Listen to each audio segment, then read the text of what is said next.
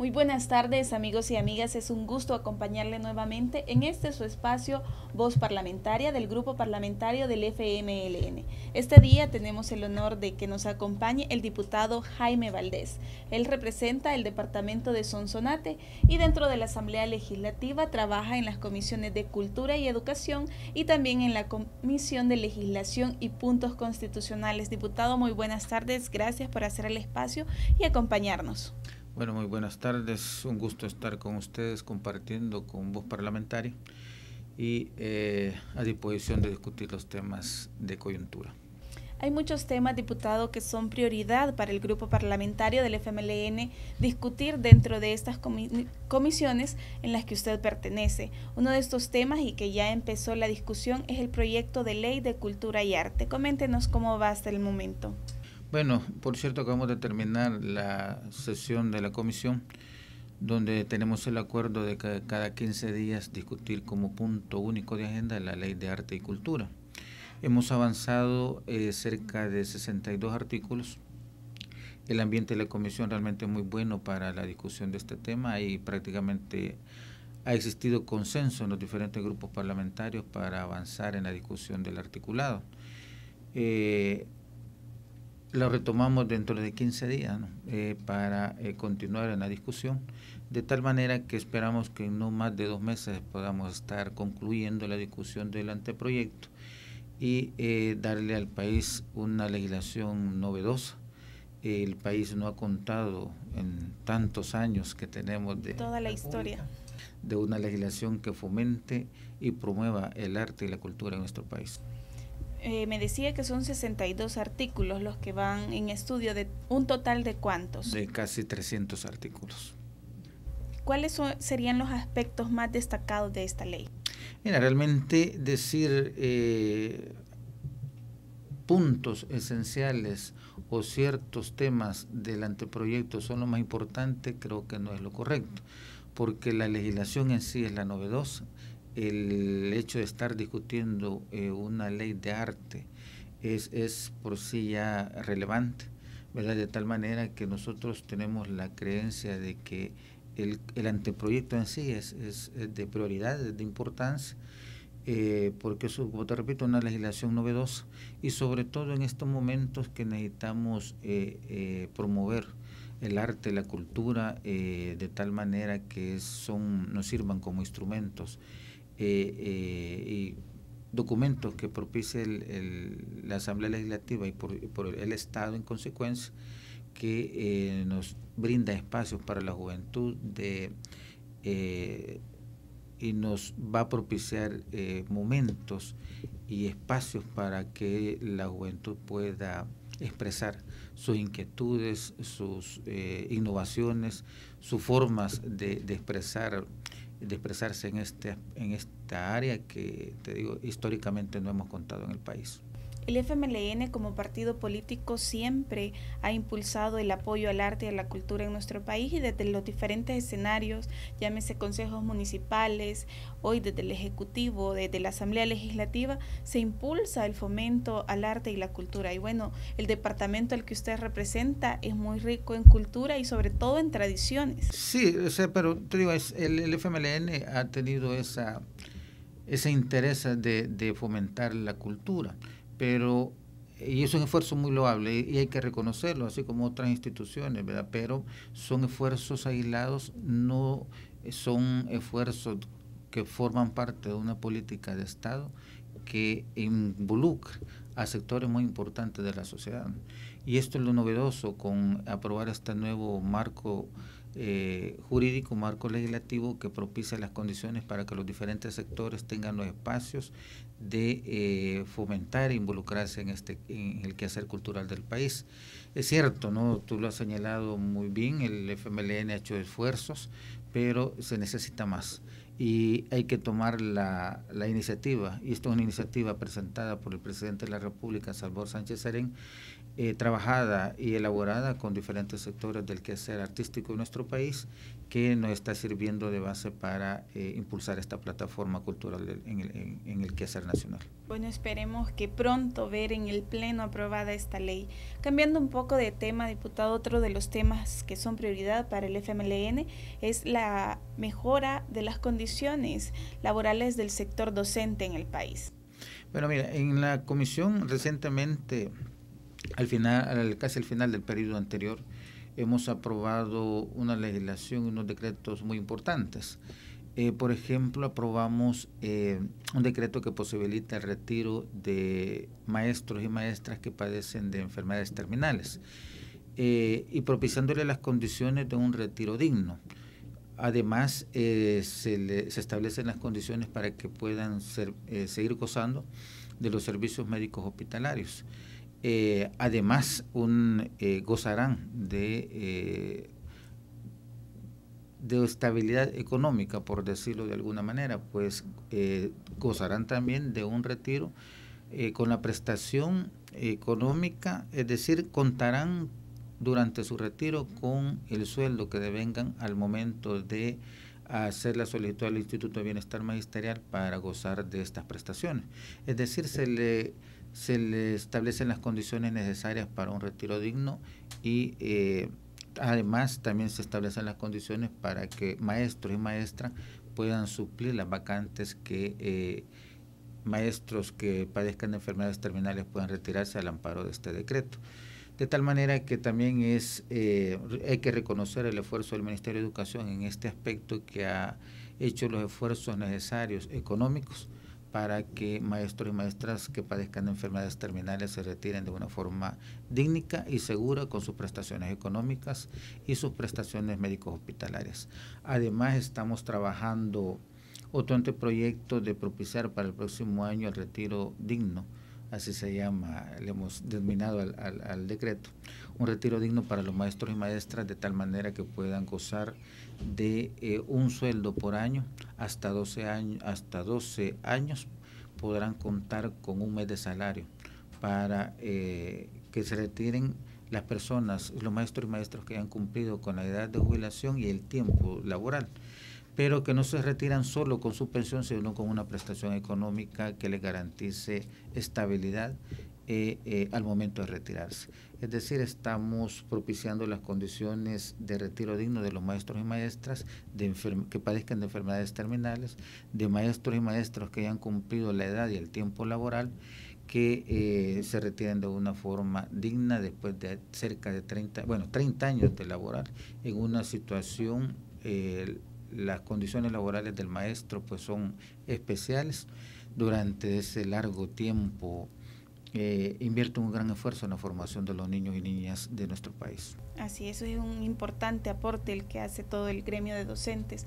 Recientemente, hace unos pocos días, diputado, nos acompañó en la Asamblea Legislativa el ingeniero Canjura, ministro de Educación, que junto a representantes del grupo parlamentario pusieron una pieza de correspondencia en la cual solicitan que se cree la caja mutual de los empleados del Ministerio de Educación. ¿En qué consiste este proyecto? No, la caja mutual ya existe. Lo que estamos planteando junto con el Ministerio de Educación es una reforma a la caja mutual, que estamos ampliando las prestaciones que la caja mutual del maestro brinda en este momento. Estamos ampliando la cobertura en el seguro que es optativo para los maestros, en este caso, ¿no? La caja mutual brinda también algunas prestaciones económicas, por decirte, préstamos personales que en condiciones muy favorables, ¿no? De tal manera que las reformas van encaminadas a ampliar estas prestaciones que se brindan desde la caja mutual en forma más favorable que el sistema, por decirte, el sistema bancario y las empresas de seguro que existen, ¿no? De tal manera que le posibilitan al maestro, a partir de su realidad y sus condiciones económicas, accesar a este tipo de prestaciones. Entonces, lo que va encaminada a las reformas que se presentaron la semana pasada, por cierto, el día jueves, junto con el Ministerio de Educación, tiene por finalidad brindar este tipo de prestaciones económicas al maestro y a las maestras, a efecto de todo va encaminado a mejorar las condiciones de vida del maestro, y esto por supuesto tiene una repercusión muy importante en el quehacer laboral del maestro. El objetivo, y esto no hay que perderlo de vista, el objetivo de los decretos que hemos hablado, de retiro digno de los maestros que padecen de enfermedades terminales, el retiro digno de los maestros y maestras con una prestación económica. Las reformas a la caja mutual tienen un objetivo último y es mejorar las condiciones laborales del sector docente, lo que repercute en mejor desempeño en el quehacer académico dentro de las escuelas. El objetivo es mejorar la calidad a partir de que el maestro tiene mejores condiciones de vida, se desempeña mejor en sus labores y esto tiene una repercusión en la calidad educativa de nuestro país. Ese objetivo no hay que perderlo de vista, ¿no? Por supuesto que hay que propiciarle al sector docente unas condiciones humanitarias en el desempeño de sus labores. Esto consecuentemente nos va a propiciar una mejor enseñanza, un mejor aprendizaje de los niños y niñas. Pues un maestro que tiene problemas económicos, que no tiene seguridad en sus prestaciones sociales, que está padeciendo una enfermedad y no tiene las condiciones para atender su padecimiento, repercute en la calidad académica. Entonces estas son medidas que tanto el grupo parlamentario del FMLN, acompañando al esfuerzo del Ministerio de Educación y la proyección del presidente Salvador Sánchez Serén en el rubro, en el área educativa, estamos propiciando para establecer las bases de una mejor educación en nuestro país. Son significativos los aportes que se han hecho en los últimos años en materia de educación y en apoyo específicamente al sector docente. Hemos visto cómo hay deudas históricas con este gremio y cómo en los últimos años se ha tratado de subsanar, y desde la Asamblea Legislativa se está haciendo un gran aporte con todo estas reformas que se piensan implementar. ¿Se cuenta con el apoyo de la derecha para estos? Mira, esa es una circunstancia. Históricamente el sector docente ha padecido la marginación y de los gobiernos de arena, ¿no? Pero en el ánimo que ha reinado en la comisión a partir de las propuestas que hemos hecho, o sea, nadie se puede negar a aprobar una ley que va a resolver el problema de maestros y maestras que padecen de enfermedades terminales, ¿no? O sea, sería absurdo que se opusieran a esas circunstancias, ¿no? Que son temas muy humanos. Son temas humanitarios y sobre todo de un área que es muy importante para el desarrollo de nuestro país, que es el área educativa, ¿no?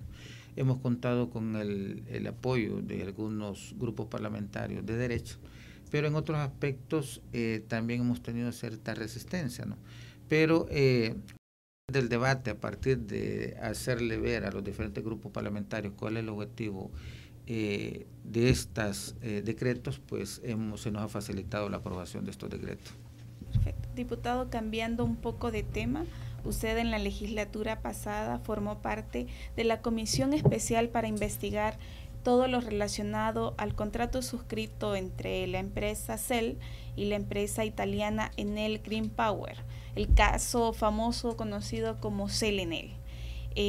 Lamentablemente es conocido que el fiscal, como lo dice el pueblo salvadoreño en las redes sociales, se puso del lado de la defensa. Coméntenos ustedes sus valoraciones respecto a este caso. Mira, sí, yo tuve la oportunidad de presidir la comisión especial que investigó el contrato celebrado entre la Comisión Ejecutiva del Río Lempa, la CEL, y la empresa Enel Green Power, una empresa italiana. Efectivamente, en el periodo presidencial de Francisco Flores se celebró este contrato. En ese momento el presidente de la CEL era Guillermo Solván. Así es. El ministro de Economía era Guillermo Lacayo, en mi opinión con un historial en el ejercicio de la función pública impregnado de muchos hechos de corrupción, este señor Miguel Lacayo. El presidente era Francisco Flores. Entiendo que el secretario de la presidencia, me puedo equivocar, ¿verdad? En este caso, también estaba muy cercano a toda esta gestión el señor Juan José Dabud, hermano del presidente de la ANEP, don Jorge Dabud, ¿verdad? Y otra serie de personajes, de miembros de la Junta Directiva de CEL, pero también hay que mencionar otras empresas. Estaba la GEO en ese momento, ¿no? También constituida por otra junta directiva. Por cierto, y vale la pena mencionarlo, no todos, muchos de estos miembros de las juntas directivas, prominentes dirigentes del Partido Arena. Sabemos que Guillermo Solván era en aquel momento de las personas más influyentes en la dirección de Arena. También Francisco Florano, o sea, de más está decirlo. Entonces, sí, efectivamente hicimos una investigación del contrato, las condiciones en que se celebró este contrato, ¿no? Todo se realizó al amparo de la Ley General de Electricidad que fue aprobado, si no me recuerdo, en 1994. Y traigo a colación esto porque desde ahí empieza toda esta historia, ¿no? La ley fue diseñada para este efecto, ¿no? Pero hay que llamar la atención sobre un punto. La ley no tuvo mayor discusión en el Pleno Legislativo en aquel momento, fue aprobada muy apresuradamente. Entiendo, a partir de lo que hemos investigado, ya con toda una estrategia para culminar con la celebración de este contrato, ¿no? En el Pleno se le introdujo un artículo que es el artículo, si no me recuerdo, el artículo 120 o 119, de que mandaba la reestructuración de la CEL. En aquel momento la CEL era como decía, la titular de la generación, distribución y comercialización de la energía eléctrica. Entonces, había una discusión de la necesidad de diversificar los diferentes rubros que tenía bajo su jurisdicción la CEL, que era la generación, la comercialización y distribución de la energía eléctrica. Y se le introdujo en el artículo 119 una disposición que decía que la CEL debía reestructurarse, ¿verdad? Y en el segundo inciso prohíbe que la reestructuración, desde la reestructuración que sufriera CEL, no se le iban a aplicar las disposiciones que regulaban en aquel momento las sociedades de economía mixta. Las sociedades de economía mixta eran constituidas por patrimonio del Estado y patrimonios privados, pero prohibieron que se constituyeran sociedades de este tipo a partir de la disposición en este artículo. O sea, no podían constituirse sociedades de economía mixta para que fueran las titulares de la generación, distribución y comercialización de energía eléctrica. Ahí empieza la trampa, en el artículo 119, que lo introdujo el Partido Arena en el contexto de la discusión de esta ley. Con eso, diputado, vamos nosotros a una pausa y regresamos en breve hablando de este importante tema para nuestro país y que es de mucho de interés para la población salvadoreña. Conoce más del trabajo de nuestro grupo parlamentario. Síguenos en Twitter, encuéntranos como @gpfmln. En Facebook, dale like a nuestra página Grupo Parlamentario FMLN. O visita nuestra página www.gpfmln.sb.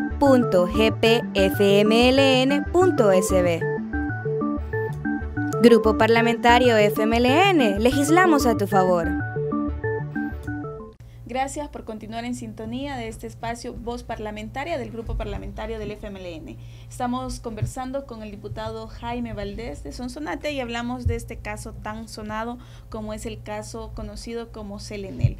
Usted nos contextualizaba cómo surge toda esta ley que se vio acá en la Asamblea Legislativa para beneficiar este proyecto de CELENEL. Es que en realidad la celebración del contrato no fue ni al amparo de la ley, se dice así por manejo, ¿verdad? Pero en realidad fue hecho al amparo de un artículo de la ley de electricidad, que es el artículo 119, que es lo que he explicado, ¿no? Sí. Que mandaron a reestructurar a la CEL.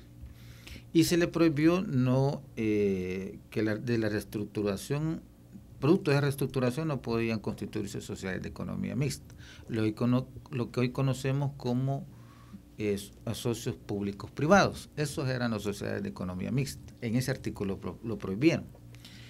Y ahí es de resaltar una contradicción.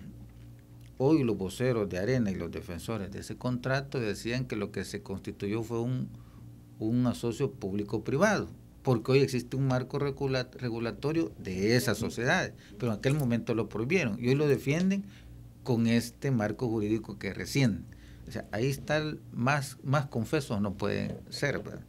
Pero bueno, ese artículo decía eso, pero no decía qué se iba a hacer. ¿Me explico? Vienen los titulares de la Junta Directiva de CEL, encabezados por Guillermo Solván, constituyeron sociedades anónimas. Eso no lo decía el artículo, ni siquiera el artículo de 119 ni la ley. Entonces hay que preguntarse de dónde tomaron la decisión de constituir sociedades anónimas. Y una sociedad anónima se constituyen con patrimonios privados, es decir, un privado dispone de una masa de sus bienes y constituye una sociedad. Y ahí el que dispone es el dueño de esa sociedad anónima. Y aquí hay un elemento relevante que es el determinante.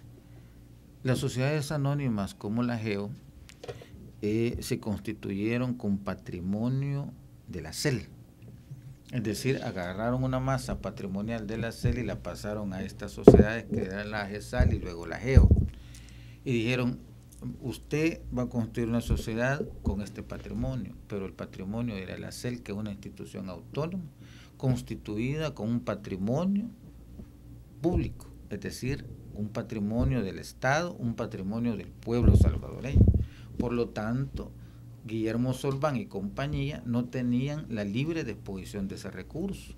Ellos no tenían más facultades de los que le atribuye la ley, así lo dice la Constitución, y no podían disponer como patrimonio propio o particular de ese patrimonio de la CEL. Ahí estaba la trampa de todo. Entonces vienen y dicen, fueron cerca de 2.000 millones de colones en un principio, e incluso hicieron una auditoría para devaluar los activos que pasaron a GESAL y luego la GEO. O sea, iban armando muy bien el tamal, como se dice en el buen salvadoreño. En términos populares. Entonces pasaron esa masa patrimonial a la GESAL y luego la GEO. Y hoy dijeron, bueno, los vamos a constituir en sociedad anónima, y nombraron una junta directiva, y esa junta directiva iba a disponer de esa masa patrimonial. Y ahí viene el problema. Ninguno de ellos tenía la facultad de disponer de eso porque no eran bienes privados, eran bienes públicos. Desde ahí que tomaron a disposición, ya ahí hay un delito, hay un exceso de funciones, hay un abuso del poder, y por lo tanto ya eso debería ser penado. Entonces, ya cuando constituyeron esa sociedad anónima que se llamaba GESAL y luego la GEO, ya dispusieron de ese patrimonio como que era propio. Y entonces ya vinieron y dijeron que iban a mejorar la producción de energía eléctrica que se genera a partir del vapor. Y teníamos una infraestructura ubicada en Berlín y en Aguachapán. Y esa infraestructura ya había sido construida y finalizada con patrimonio y recursos de la CEL. Es decir, eso se lo transfirieron a estas sociedades anónimas que se llamaban GESAL y luego la GEO. Es decir, estaban despojando al pueblo salvadoreño de ese patrimonio. Y celebraron un contrato con una empresa italiana, ahí es donde entra a figurar la Enel.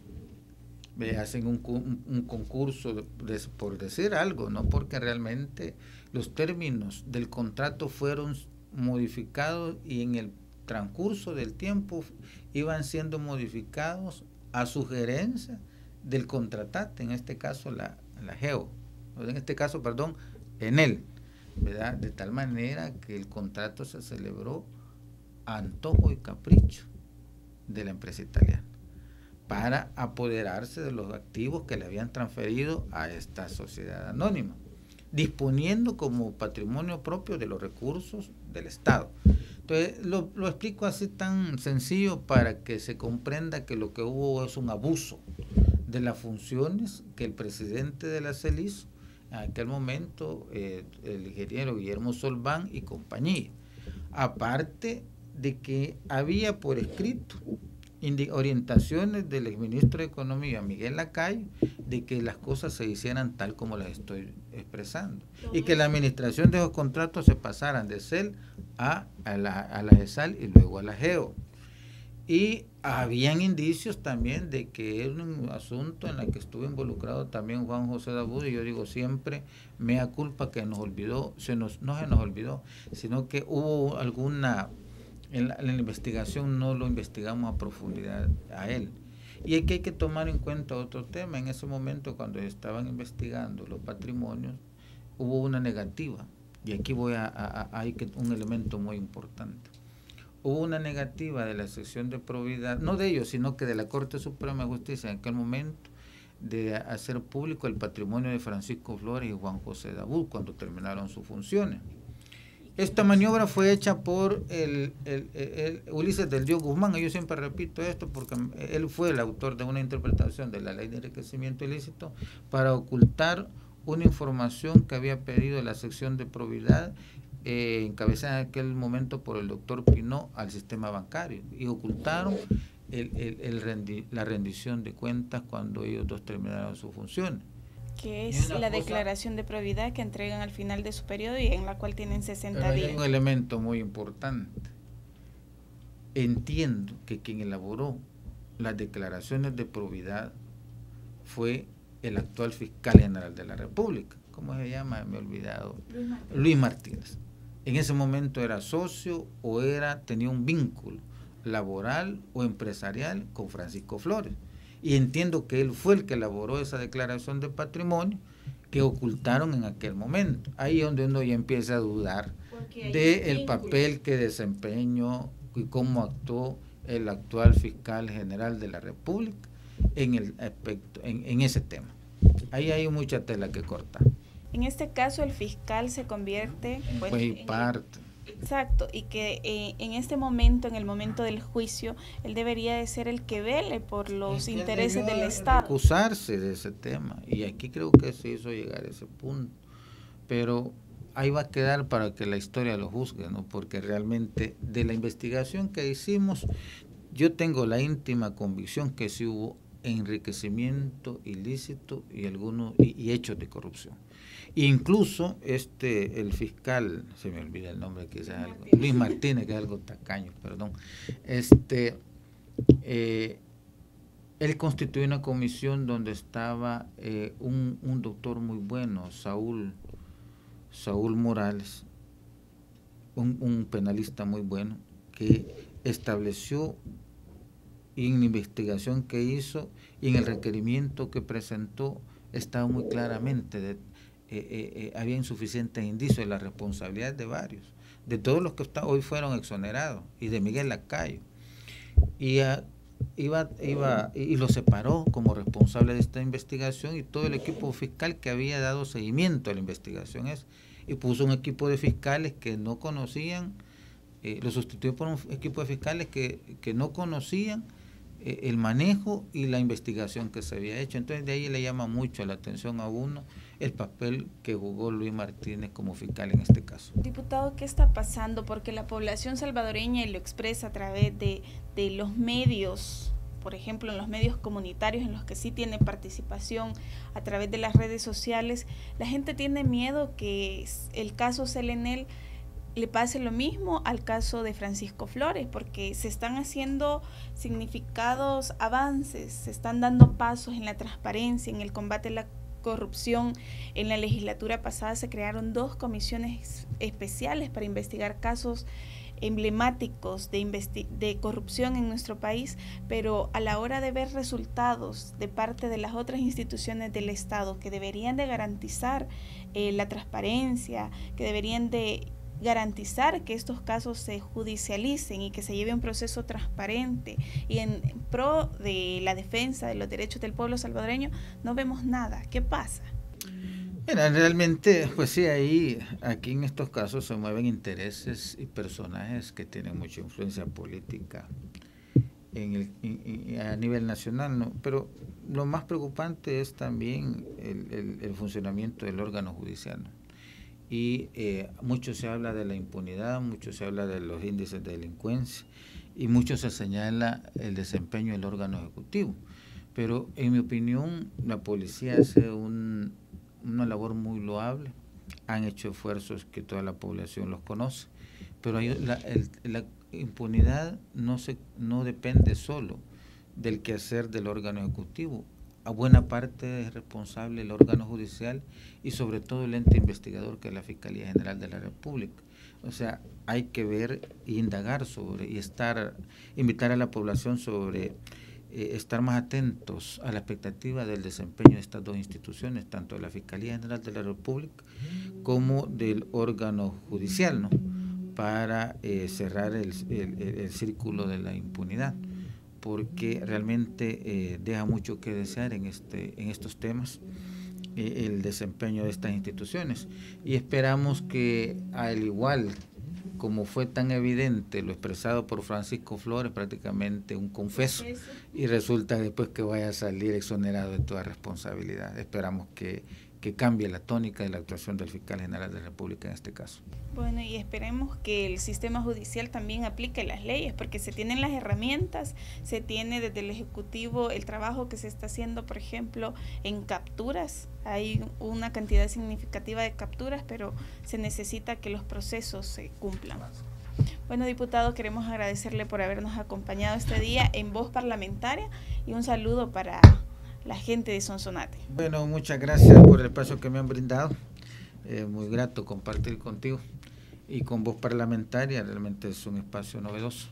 Y un saludo para todo el pueblo salvadoreño, y en especial para el pueblo de Sonsonate, que día con día estamos en contacto con la población, abordando los temas que cotidianamente afronta la población de Sonsonate, y desde el quehacer legislativo pues también tratando de solventar los problemas de la población salvadoreña. Un saludo y un abrazo muy cariñoso para los sonsonatecos y sonsonatecas. Aprovechando la oportunidad, y ya que hablamos de Sonsonate, diputado, hemos visto circular a través de las redes sociales un video donde agentes del CAN en Sonsonate cometen una serie de abusos contra los vendedores. ¿Su opinión al respecto? Realmente ahí hay un problema muy complicado sobre el manejo de una infraestructura que ha quedado al alcalde, pero recientemente hemos presenciado un maltrato realmente indignante de parte del Cuerpo de Entes Metropolitanos de Sonsonate, por mandato del alcalde Roberto Aquino, golpeando a los vendedores y vendedoras y decomisándoles sin mayor respeto a la dignidad su mercancía, sus productos que cotidianamente comercializan en Sonsonate, del cual se ganan la vida. Realmente es muy indignante la actuación del alcalde, pero el responsable de todo esto es el alcalde Roberto Aquino, quien es el que tiene el mando de los agentes del Cuerpo Metropolitano del CAN, ¿no? Así es que vamos a denunciar los hechos de violencia que está impulsando el alcalde a través del CAN. Bueno, diputado, gracias, y gracias a ustedes, amigos y amigas, por habernos acompañado en este su espacio Voz Parlamentaria. Conoce más del trabajo de nuestro grupo parlamentario. Síguenos en Twitter, encuéntranos como @gpfmln.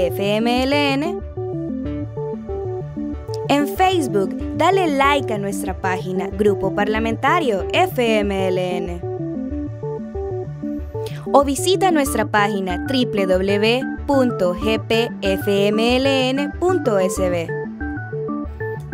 Grupo Parlamentario FMLN, legislamos a tu favor.